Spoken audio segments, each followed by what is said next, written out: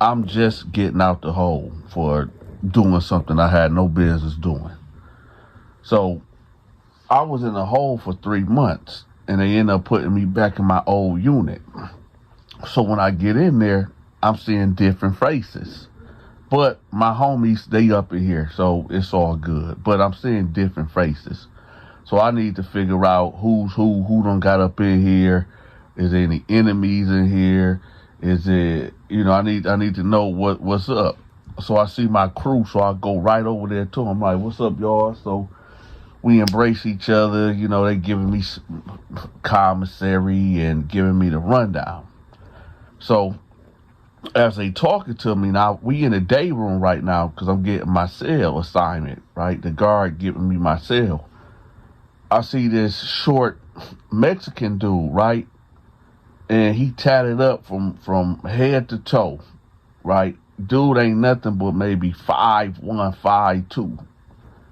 And I'm looking, I'm like, who that? And they like, man, that dude whacked out, man. He whacked out. I said, whacked out. He's like, yeah, dude, crazy, man. That nigga, he out, man. He a demon. I said, what you mean he a demon? I was like, man, dude is a demon, man. He a stabbing nigga quick, like with the quickness. I said, what? It was like, yes, how long you been in here? They said, man, he just got in here 2 weeks ago. I said, oh, okay. Now, at this time, y'all, I'm only seeing him from the side. So when he turned, like, all the way my direction, I'm looking, and I'm like, yo, Chico. And he's looking, and he's like, oh, Donta, what's up? So he run over there.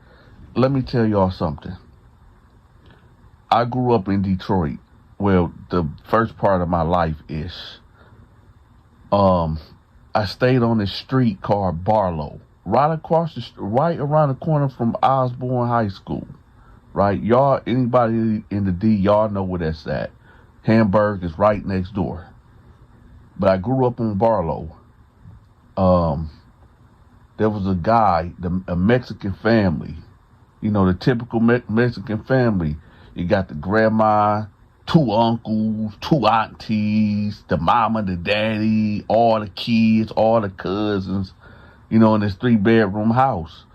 It was about 15, 16, 17 of these people that lived there. But they was a family, they was a unit. You know what I'm saying? They was what family's supposed to be. They had each other back. And, one of the kids was my best friend, right? Which was Chico. And one thing Chico used to do all the time, he used to do backflips a lot. He loved doing backflips. And it's like that was my dude, man. But anyway, me and him became friends.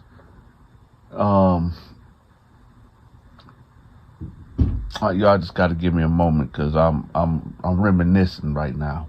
But anyway, like in elementary, because we met at elementary, and I used to have his back. Kids who used to bully him, and because they was poor, they was like really dirt poor. Like I was poor, but he was poor. We just had each other back, and when kids would try to fight him or bully him, I would have his back. That was my dog. But let's just fast forward. Let's get back to what y'all came here for. So we embrace each other hard. Like, man, pause. We embrace each other.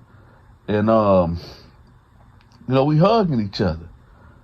And I'm like, man, dog, where you been? And at this time, y'all, I'm not noticing everybody is looking at us. Like strangely, everybody is looking like the air left the room.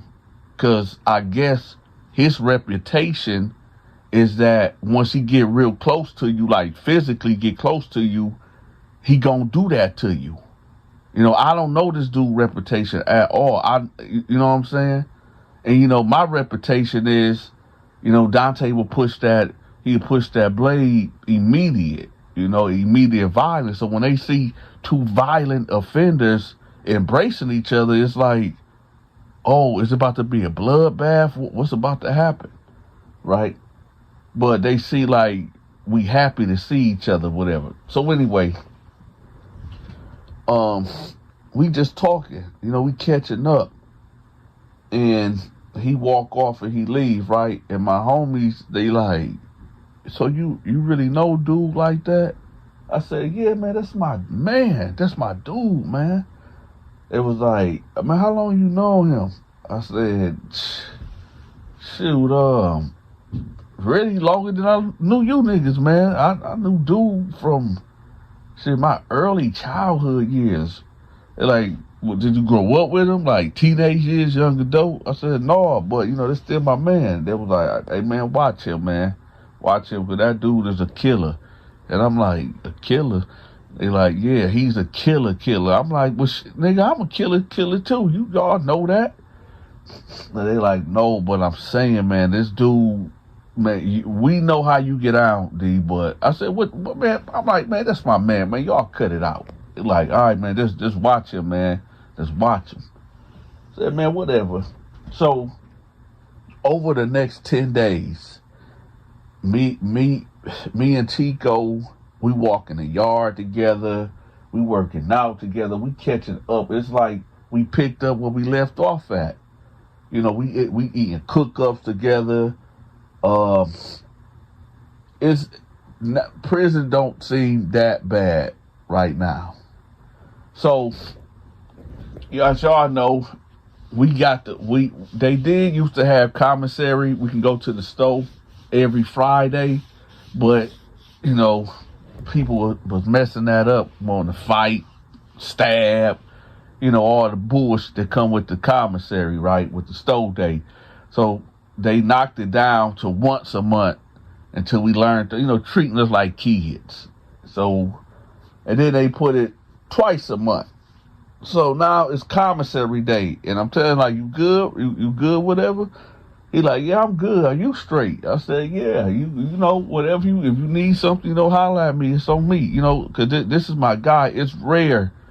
Yeah, you get dudes that come in, from your neighborhood or your city or whatever. But most of these dudes you never rocked with. But when you get a dude that you really rocked with on the streets, man, it's like that's a piece of you that is on the outside that came in, and you want to hold on to that, right? So this is why I'm looking out for dudes so tough, so strong. But he good, so we good. Now, as y'all know, Donta, I'm just gonna put it out there. I was a unit boss. I was a pod boss. I mean, if you want to just be clear about it, I was a prison boss. It ain't no shortcuts to it. I had a lot of power in there. One of my hustles in prison was to protect other inmates for a fee. I ran a couple stores in prison, meaning I had all this commissary for inmates to buy, and it'd be 1 for 2, but if I didn't like you, it'd be 1 for 3. Meaning, if you came to me and asked for a pack of noodles, right, on store day, you got to give me 2 packs. But if I didn't mess with you and I ain't really deal with you like that, if you get a pack of noodles from me, you better have 3 of them on store day, or I'm gonna bust that head wide open, right? So anyway, store day, it's almost 100% rate, 100% chance that I'm gonna have to display some type of level of violence. That's just the natural order of things. Every store day, somebody getting a head cracked, somebody getting punched in the face, somebody getting gut checked, somebody might even get a knife pulled on them. You never know dealing with me, because somebody always want to play. Somebody always want to. So here's the example. So it was this dude named Craig, right? Craig owed me like 10 soups, maybe 5 summer sausages. But Craig had money though, right? So I really wasn't tripping, but every time it's time to pay, Craig always come up with some bullshit excuse, man. Craig owed a lot of people, but Craig got a lot of money coming in, so I really wouldn't, own him like that. You don't want to mess the money up. But Craig owed me a big order. So I'm looking for Craig, and I got that sword of justice or whatever. And I see Chico, and Chico like, well, what's up, Donta? I said, shaking these niggas down, He was like, I'm finna roll with you. I said, all right. So he was like, so I want to get in on y'all business, man. I want to get in. I said, what part of the business? It was like, shoot, I want to be one of your enforcers, man. So I was like, word? He was like, yeah, matter of fact, I start collecting for you right now. I said, nah, I'm good. I finna just roll up on this dude, Craig, right quick. He was like, Craig? I said, yeah. He said, yeah, Craig, man, he always owing people. That motherfucker always owing people. So I was like, yeah. So I see Craig, right? I say, Craig. Now, Craig is standing halfway in his cell, right? And you can tell Craig been giving out commissary, receiving commissary. You know what I'm saying? Because he just got that posture like, okay, I'm dealing with this guy. Let me get him his stuff. And there's some guys that owe me different. So I promise, like, Craig, motherfucking Craig, where that bread at, Craig? He like, bread, what bread? I said, Craig, stop motherfucking playing, man. Go get my shit, Craig. And I look in his cell, like, peek my head in there. He got all type of shit on his bed. I'm talking about oatmeal pies, moon pies, hot Cheetos, regular Cheetos, Fritos. I'm talking about summer sausages. You talking about the jalapeno cheese squeeze, all that. He got honey buns, regular honey buns, ice honey buns, sodas, grape sodas, orange sodas, lime sodas, Doritos, the fake Doritos, everything that you could think of. The chili soups, the ramen noodles with the chicken, all that. He got it, everything. He got the tuna fish, right? A lot of this stuff on his bed. So I said, go get my shit. Go get my shit. He like, all right, hold on. Give me a minute. I said, what? He said, I got you. So he go in there and he owed me 20 items. And he only got 15. So I'm like, Craig, this ain't 20. He said, yeah, I'm going to get you. Just give me a minute. I'm trading some things off, and I got you. I said, Craig. He like, come on, Donta, please, man, please. I said, Craig, I'm going to be back in 2 hours. Have the rest of my shit, Craig. It ain't going to be no layover. It ain't going to be no, oh, I'm going to get you next time. Have my shit, Craig. And I walked off, right? I didn't notice Chico wasn't walking next to me, because y'all know I'm like 6'2". Chico, like I said, like 5'1", 5'2". I didn't notice Chico. I don't even know where my mind went when I walked off. So when I walk off, I maybe got, let's say, 13, 14 feet away from the cell. And I hear, oh,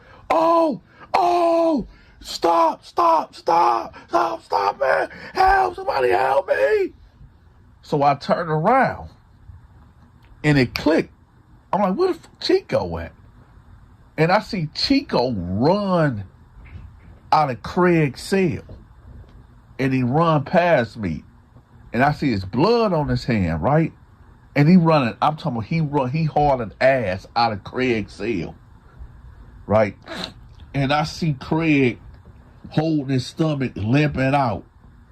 The guards, lock down, lock it down, right? I was out of bounds, y'all. I don't know if y'all know what out of bounds mean. Out of bounds is when you don't supposed, when you somewhere where you don't supposed to be at. I was a unit, E at this time. Craig was a unit, I think A or B. I'm not sure, but I was in a unit that I had no business being in. So I had to hurry up and get the fuck out of there, right? Before this investigation get launched. And my ass just got out the hole, so I was going to go right back to the hole. So I hurried up and got the fuck out of there, right? So we hit the unit. And I already know what Chico doing because I done did this many a times to me and my homies. You know, hurry up, get to your cell, take your shirt off, you know, wash your hands, all that. Get rid of that sword of justice if need be. Get rid of the clothes that you got on because they about to do an investigation, right? So, nevertheless, he comes to my cell. He said, "Yeah, Dante, how did you like that? How did you like that?" I said, "What did you do, man?" He said, "Shit, he owed you. He was playing with your money. So I got the money for you. Here you go." So he put all this commissary on my bed, all these honey buns, all these hot Cheetos, all these candies, Jolly Ranchers and shit. I said, "Chico, why did you do that?" He said, "Because, man, he not about to play with you. He not about to play with you, Holmes." I said, "Chico, listen, man, you didn't have to do that. You know, if that needed to be done, I would have had you do it." He was like, "Man, no, man, Dante, ain't nobody gonna fuck with you here, man. No, you a boss. Ain't nobody gonna play with you, man. No, fuck that, man. I care for you, man. I die for you in this motherfucker, man, for real." Right when he said for real, it hit me. I was blinded when everybody was coming to me talking about, "Oh, Donta, you need to stay away from him, man. He a killer. You know, I was just holding on to the relationship that we had when we was kids. You know, I didn't see him as that. But now it really hit me like, yo, this dude is really fucking crazy. And this motherfucker gonna get me caught up in here, right? So I tell him, like, "Listen, Chico, listen. Don't make no more moves like that unless I tell you directly to do something." He like, I got you. What love? Then he walked off. They had us on lockdown for 2 weeks, y'all, for that stabbing. We couldn't come out ourselves. Thank God we was able to go to the store. Right? Now, it was this dude named Ty from Chicago that owed me. And the only reason why I didn't get my money is because we got put on lockdown. That was the only reason. Right? Other than that, Ty would have paid me. So we get off of lockdown. And the first thing me and my crew do is go hit the yard. Right? I ain't worked out until, I did push-ups and sit-ups, you know, the regular shit. But I needed fresh air. So everybody trying to hit the yard. Everybody hitting the yard. You got Dante and his crew out there, you know, bailing around the track. You got the Bloods over there playing basketball. You got the Crips over there. They having a meeting. You know, you got the Gangster Disciples. They over there. You know what I'm talking about? You got the dirty white boys over here by the bench doing whatever they doing. You got the low rider Nazis. They over here. Everybody is out on the yard. Everybody is in their own section doing what they do, right? Here go my man Chico. "Dante, what's up?" "What's up, Chico?" Right? Dap each other up, right? I said, "Nothing, what's up?" He was like, "Shoot, man, I'm ready to work, man. I'm ready to work." I said, Just chill, Chico. Just chill. He said, "All right." He was like, Do you need anything collected?" I say, "Actually, yeah. You see dude right there, black dude, tall dude right there with his hat turned back?" He was like, "Yeah." I said, "Yeah, he owed me a little something. You can go get that for me." He was like, "All right, say less." So he walks over there. What I'm about to tell y'all is the reason why I wanted y'all to share this video, because shit can happen in a blink of an eye. So he walk over there.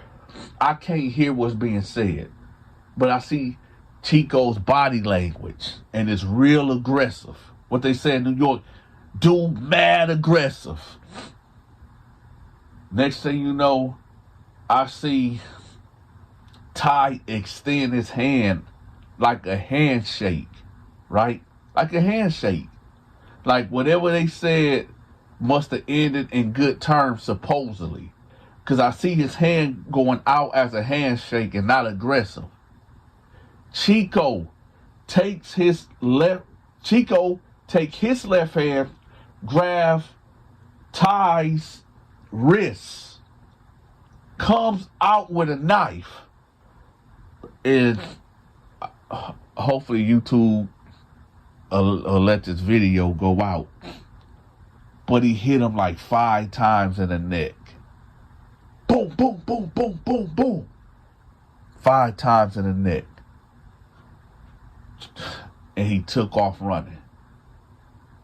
I'm standing there. A couple other people see this. Right? It happened so quick. I'm stuck in awe. Like, why the f***?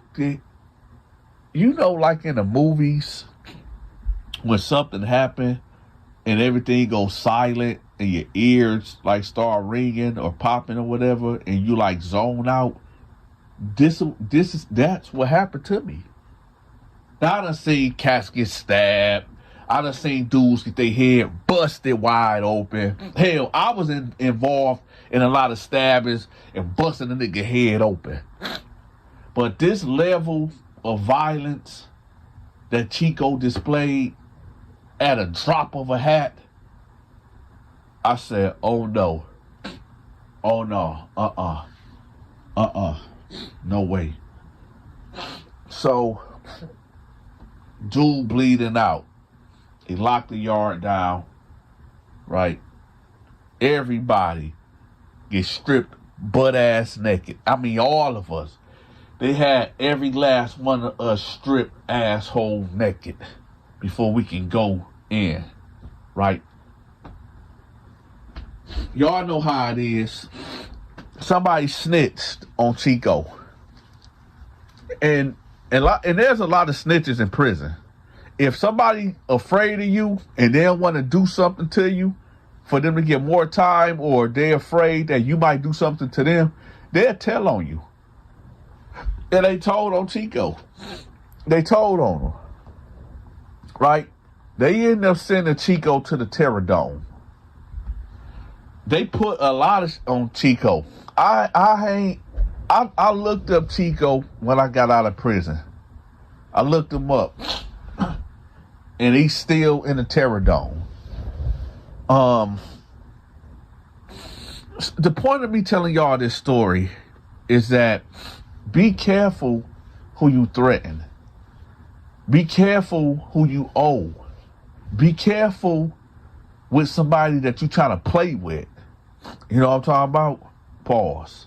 Because you never know what level this person is willing and able to take it to. You might want to fight. You might take it to a fighting level, and that's it. But this dude might want to take it to a knife or death, a life and death situation. So what I'm saying is, hey, y'all be careful out there, man. The world is a jungle. It's just not prison that's a jungle. The world is a jungle. We ain't lions and tigers. All of us are deers. Every time you step out your house, and sometimes when you in your house, it's like life is something else. I'm not saying life is all bad, because it's not. I done experienced really great things in life. You know, like childbirth, you know, witnessing my kids being born, you know, be able to take care of my family, and, you know, things like that, you know, going on vacation and, you know, doing YouTube. So there's good things in life, right? But understand, all it takes is one mistake and you end up going to prison. You might run across the wrong motherfucker like Chico, and it might cost you your life. Thank God Ty didn't die. He didn't die. Because he didn't hit Chico didn't hit the jugular. He didn't hit no main artery and dude neck.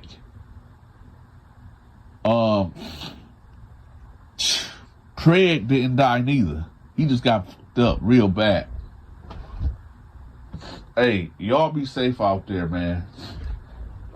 Give a nigga a pass. You know what I'm talking about? If it's petty, if it ain't no real shit, man, let it go. Don't be arguing. You know, the strongest man walks away. You understand? A wise man told me you would never know who the wise man is if you got two dudes yelling at each other.